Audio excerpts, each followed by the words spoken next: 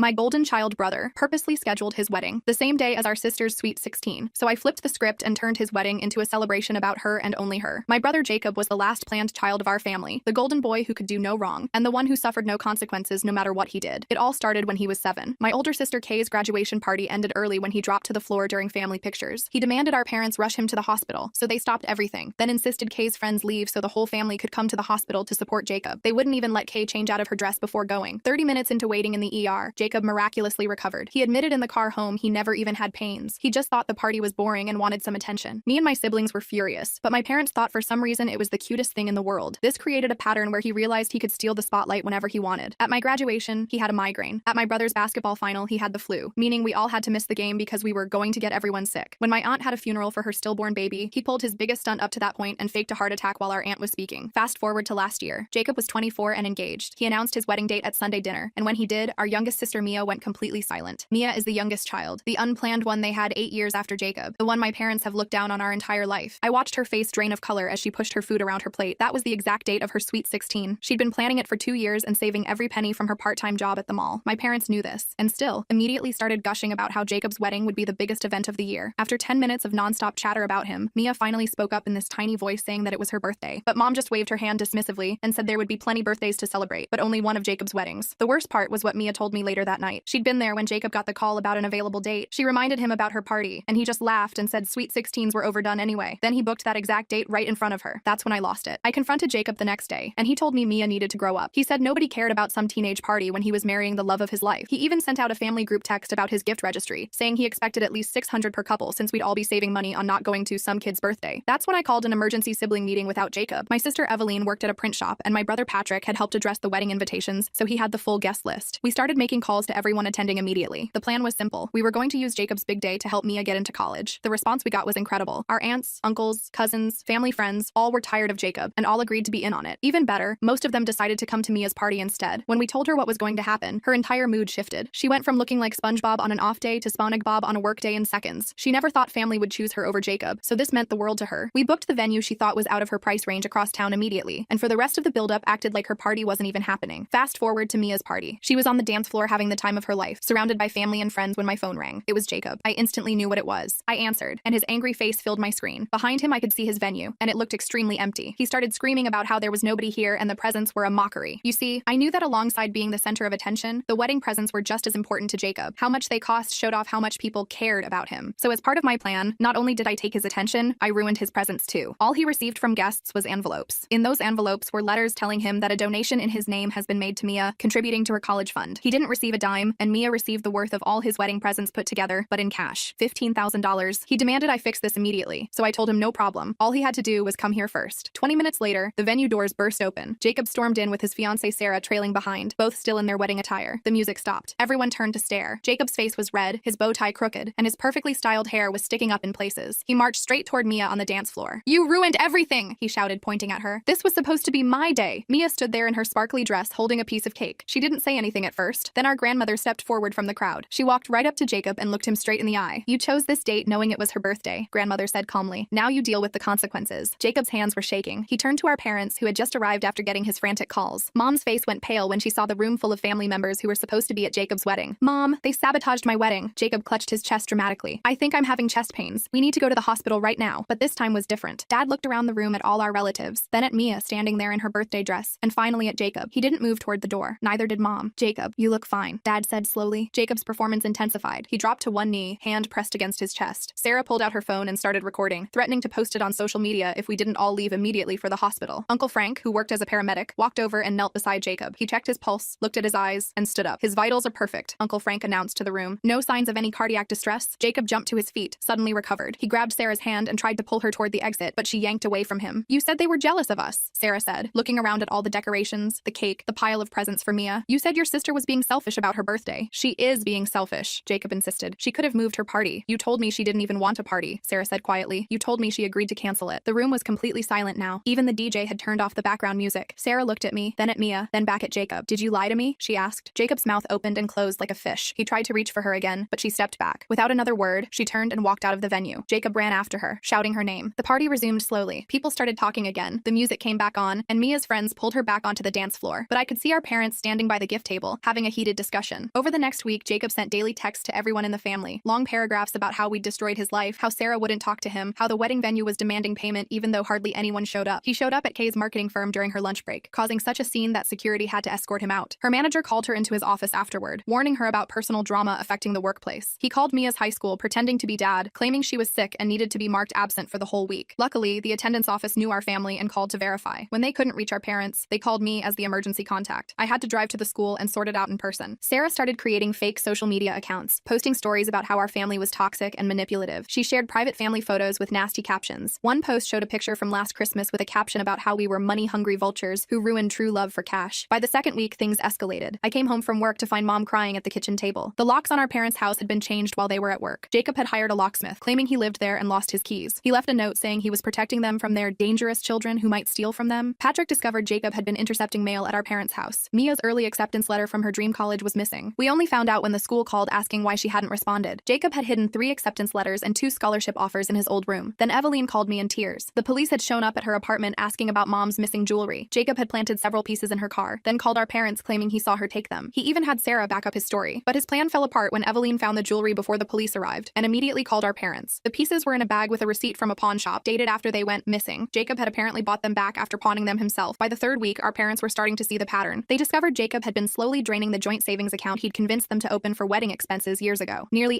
$8,000 was gone, transferred to his personal account in small amounts over several months. Grandmother called a family meeting. She'd been getting strange calls from Jacob claiming we were stealing from her. He told her we were planning to put her in a home and take her house. But grandmother was sharper than he gave her credit for. She'd already talked to each of us and knew he was lying. At the meeting, she announced she was removing Jacob from her will. The room went quiet. Jacob had always assumed he'd inherit the most as the golden child. Grandmother looked directly at him and said she wouldn't leave anything to someone who tried to destroy his own family. That night, Patrick was staying at grandmother's house to help her with some repairs. He heard noises from the bathroom at 3 a.m. and found Jacob going through the medicine cabinet. Several of grandmother's prescription bottles were in his pockets. Patrick grabbed them before Jacob could leave. They struggled briefly before Jacob ran out the back door. By the end of the month, Sarah finally left him. She showed up at our parents' house with boxes of his stuff, revealing he'd been lying about having a job for the past 6 months. He'd been pretending to go to work every day while actually spending time at the casino. She'd been paying all their bills thinking they were saving his salary for the wedding. Jacob moved back in with our parents, claiming severe depression. He monopolized their time with constant demands for attention. He insisted on family therapy but secretly recorded the sessions on his phone. We found out when he accidentally sent one to the family group chat instead of whoever he was planning to send it to. The recording showed him twisting everything the therapist said, planning to use it as evidence that we were the unstable ones. Within hours, he'd created a website called mytoxicfamily.com with edited clips making it seem like we admitted to sabotaging him. Patrick's tech-savvy friend helped us get it taken down, but not before several extended family members had seen it. The following week, Jacob showed up at Mia's school during her AP chemistry presentation. He walked into her classroom claiming to be delivering an urgent family message. The teacher had to stop class while security removed him. Mia's presentation grade suffered because she couldn't focus afterward. Her chemistry partner later told us Jacob had been sitting in the parking lot for 2 hours, timing his entrance for maximum disruption. Mom found him going through her phone one morning, deleting messages from relatives who'd attended Mia's party. He'd already blocked 15 family members from her contacts. When confronted, he claimed he was protecting her from their negative influence. Dad discovered Jacob had been telling his coworkers that his siblings were substance addicts who stole from the family. One of Dad's colleagues awkwardly asked if he needed resources for family addiction support. 3 days later, Kay's promotion celebration turned into chaos. Jacob showed up at the restaurant claiming she'd invited him. He'd called ahead pretending to be her assistant, adding himself to the reservation. When Kay tried to have him removed, he loudly announced to her boss that she was discriminating against him for his mental health struggles. Her company's HR department had to get involved. The promotion wasn't revoked, but Kay spent weeks doing damage control. Patrick noticed his basketball team's equipment going missing. Basketballs, training cones, even the first aid kit disappeared over several practices. Security footage revealed Jacob taking items from the gym storage room using an old key Patrick didn't know he had. When confronted, Jacob claimed he was donating them to underprivileged youth. Patrick found everything listed for sale online under fake accounts. The Thanksgiving incident pushed our parents closer to their breaking point. Jacob arrived at 6 a.m., claiming he wanted to help cook. By noon, he'd accidentally ruined the turkey by cranking the oven to 500 degrees, burned the pies Mom had baked the night before, and spilled red wine on grandmother's tablecloth. He spent dinner telling stories about our childhood, twisting every memory to make himself the victim, and us the aggressors. Evelyn discovered him at her workplace after hours. She'd forgotten her laptop and returned to find him at her desk, trying to access her computer. He claimed he was surprising her with dinner, but security footage showed he'd been there for an hour attempting different passwords. Her boss installed additional security measures and banned him from the building. December brought new tactics. Jacob created a fake charity fundraiser claiming Mia had cancer. He used her school photo and set up donation links on social media. Mia's friends started messaging her with condolences and offers to help. The school counselor called our parents for a meeting about support resources. We had to provide medical records to prove Mia was healthy. The platforms eventually removed the fundraisers, but not before he'd collected several $100s from well-meaning strangers. He started showing up at Mia's part-time job every few days. He'd order complicated custom items, then claim they were wrong and demand remakes. He'd leave 1-star reviews under different names, all complaining about Mia specifically. Her manager, who'd known our family family for years, recognized the pattern and banned him from the store. Jacob responded by standing outside with signs claiming the store discriminated against customers with disabilities. Christmas Eve was particularly difficult. Jacob arrived uninvited with presents for everyone. Items we quickly realized were things he'd taken from our homes over the past months. Patrick's missing watch, Kay's favorite scarf, Evelyn's coffee maker, even Mia's study notes were wrapped and labeled as gifts from him. When we confronted him, he insisted we'd given them to him and forgotten. 2 weeks into January, neighbors started complaining about Jacob sleeping in his car outside our parents' house. He'd set up a whole living situation in the vehicle, complete with battery-powered heater and cooler. He told anyone who asked that his family had made him homeless. Mrs. Chen from next door brought him food until Mom explained the situation. Even then, Jacob convinced her that Mom was lying to save face. The credit card situation nearly worked. Jacob had applied for cards in Patrick's name using information he'd gathered over years. Only Patrick's habit of checking his credit score monthly caught the applications. The fraud department flagged them as suspicious when Jacob couldn't answer security questions about Patrick's previous addresses. He tried the same with Kay and Evelyn, but we'd all frozen our credit by then. Valentine's Day brought anonymous hate mail to our partners. My girlfriend received a letter detailing why I was unsuitable for relationships, filled with twisted versions of childhood events. Kay's boyfriend got emails from concerned family friends, warning him about her manipulative nature. The writing style was obviously Jacob's, but he'd mailed them from different post offices across town to avoid being traced. Mia's college acceptance celebration became his next target. He called the restaurant pretending to be Dad, trying to cancel the reservation. When that failed, he showed up early and told the hostess the party was relocated. Fortunately, we'd warned the restaurant after the Kay incident. They had his photo at the host stand with instructions to refuse him entry. March brought the fake engagement announcement. Jacob posted on social media that he was engaged to a woman none of us had heard of. He tagged all of us, expecting congratulations. When we didn't respond, he created fake accounts to comment on how unsupportive his family was. The woman in the photos turned out to be a stock photo model. He'd created an entire fictional relationship to get attention. Uncle Frank caught him trying to access grandmother's bank accounts online. He'd installed a keylogger on her computer during one of his visits. Frank's daughter, who worked in cybersecurity, found it during a routine check. The program had been running for weeks, capturing passwords and personal information. Grandmother immediately changed all her accounts and removed him as an emergency contact. The gym situation became unbearable for our parents. Jacob had joined their fitness center and would follow them around, loudly discussing family business. He'd interrupt Mom's yoga classes to ask about inheritance matters. He joined Dad's swimming lane and tried to have heart-to-heart conversations while they did laps. Other members complained about the constant drama. Easter dinner was the breaking point for many relatives. Jacob sent invitations to a reconciliation dinner at our parents' house without telling our parents. 30 family members showed up expecting a meal. Mom and Dad were mortified, scrambling to order pizza for everyone. Jacob arrived late, acting surprised that Mom hadn't prepared a feast. He spent the evening giving a presentation about forgiveness that he'd clearly practiced. Evelyn's birthday in May should have been simple. She wanted a quiet dinner with just siblings. Jacob found out the restaurant and called in a fake bomb threat. We spent 3 hours standing outside while police searched the building. Security cameras showed Jacob making the call from a payphone 2 blocks away. The restaurant pressed charges, but he claimed someone who looked like him must have done it. He started applying for jobs using us as references without asking. Kay's boss received calls about Jacob's application for a marketing position. Patrick's coaching supervisor got reference requests for youth counseling positions. I had 3 different companies contact me about his supposed experience working at my firm. Each application listed achievements and responsibilities that were completely fabricated. Mia's graduation approached with increasing tension. Jacob created a petition to have her graduation privileges revoked, claiming she'd cheated her way through school. He sent it to the principal with forged signatures from concerned students. The school investigated and found no evidence, but Mia had to meet with administrators multiple times. Her final weeks of high school were overshadowed by the stress. Mom discovered Jacob had been slowly moving items from their house to a storage unit. Family photos, heirlooms, even small furniture pieces disappeared. He'd rented the unit claiming he was helping them declutter. When confronted, he insisted they'd asked him to do it during conversations they couldn't remember. Dad found receipts showing Jacob had been selling some items online. The weekend before graduation, Patrick caught Jacob spray painting "liar" on Mia's car. He'd worn a hoodie and mask, but Patrick recognized his shoes. When police arrived, Jacob claimed he'd seen vandals and was trying to clean it off. The paint can in his hand and security footage from the neighbor's camera told a different story. Our parents finally agreed to file a restraining order. Graduation day arrived with heavy security. The school, aware of the situation, had officers stationed at entrances with Jacob's photo. He tried entering with a fake press pass, claiming to be a photographer for the local paper. When that failed, he climbed onto the roof of a nearby building with a megaphone. He managed to shout Mia's name once before police escorted him down. Despite everything, Mia walked across that stage with her head high. The family section erupted in cheers, all except for the empty seats where Jacob and our conflicted parents should have been. They'd chosen to stay home to avoid confrontation, but grandmother was there, along with every aunt, uncle, and cousin who'd attended her sweet 16. That night, while we celebrated at grandmother's house, Jacob sent a group message, a photo of him standing outside the graduation venue, holding a sign that read, "Congratulations to my sister who destroyed our family." Underneath, he'd written a long message about forgiveness and moving forward. None of us responded. We were too busy toasting Mia's future, one that looked brighter than ever despite his shadow. The morning after graduation, I woke up to 17 missed calls from Mom. Jacob had broken into their garage overnight and taken Dad's tools, claiming they were payment for emotional damages. The security camera showed him loading everything into a rental van at 4 a.m. Dad filed a police report, but Jacob had already sold most items to different pawn shops across 3 counties. June brought a new level of desperation. Jacob started showing up at Mia's graduation parties uninvited, telling guests he'd organized them as a surprise. At her friend's backyard celebration, he grabbed the microphone during toasts,